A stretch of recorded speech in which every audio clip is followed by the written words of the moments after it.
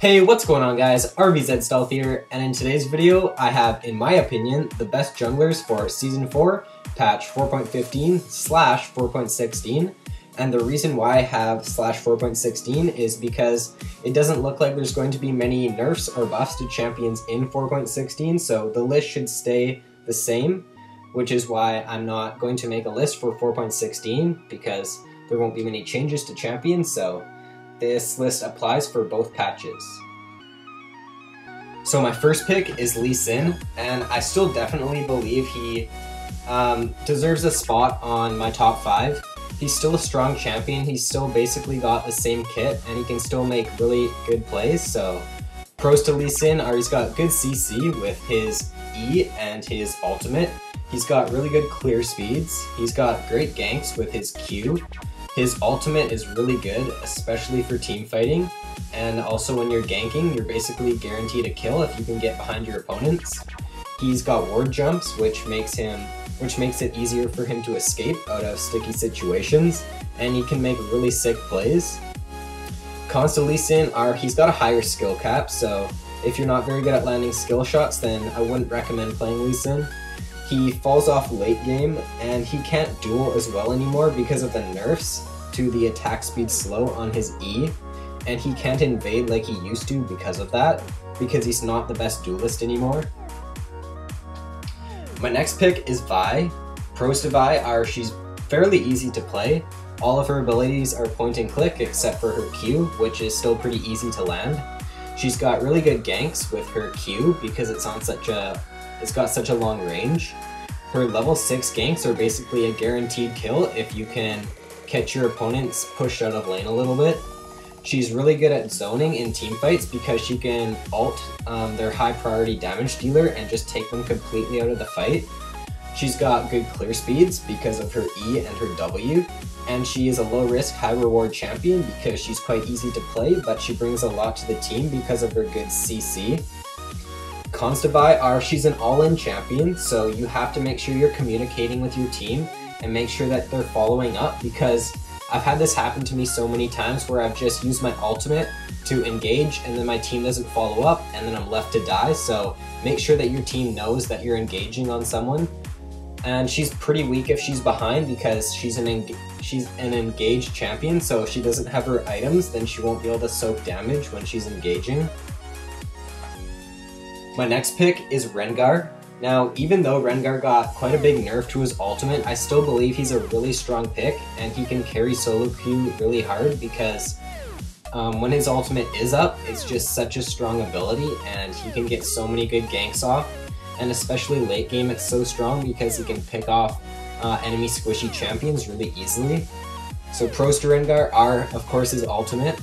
He has an insane late game because he can pretty much 100-0 any squishy champion on the enemy team.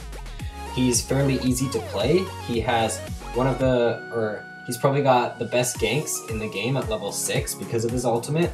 And his E has a 1.75 second snare, I'm pretty sure. It might be 1.5, but his snare on his E lasts a really long time, making it a really strong ability. Oh yeah, and that's only when he's got full ferocity. It's a snare on his E. And cons to Rengar are he's quite useless when behind because like Vi, he's an all-in champion, and if he doesn't have his items then he won't be able to either burst down at his opponent or live through the fight. And he's not the best at clearing the jungle early game. My next pick is Jarvan. So pros to Jarvan are he's really tanky, but he still does a lot of damage. He has really good ganks, especially early game because of his EQ combo, and then once he hits level 6, his ganks just become insane. He's got a really good ultimate. This can be used in teamfights to zone your opponents away from your damage dealers, so if you can use your ultimate to trap 3 or 4 of the enemy team in it, while your AD carry just free shoots them from the side, then that makes his ultimate really strong. He's got a good passive, and that makes him a really strong duelist early game because it does percentage health damage. And he's got good mobility with his EQ combo.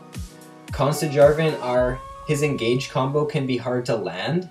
So if you're not very good at landing his EQ combo, then Jarvan's probably not your best choice because that's all of his engage pretty much, and you need to be able to land that to get into fights. So my final pick for patch 4.15/4.16 is Kha'Zix. Pros to Kha'Zix are he snowballs insanely hard. Once he gets his Hydra and his jungle item, I can't remember what it's called right now. Oh, Elder Lizard. I don't know why I couldn't remember that, but yeah, once he gets his Elder Lizard and his Ravenous Hydra, he becomes really strong. He is a great duelist because of his isolation damage. He's got resets, so I like to max my E first on Kha'Zix jungle because it's really strong for ganking and it's also really strong for team fighting. He's got stealth in his ultimate. He's got good CC with his W, and when you max that out, it becomes really strong, especially when you evolve it. And he's fairly easy to play. All of his abilities are point and click, so it makes him pretty easy to play. And he's got really good ganks, especially when you hit 6, because once you evolve that E, or you can also evolve your W, it's really personal preference, but he's got great ganks at level 6, nevertheless. And cons to Kha'Zix are his clear speed is kind of weak early game, and he's pretty weak if he's behind, and he's got a weaker early game because the nerfs to Kha'Zix, where his Q, it doesn't do as much damage as it did early game, so he's not the best duelist anymore, but he's still quite strong. Honorable mentions for this patch include Pantheon, Maokai, and Evelynn.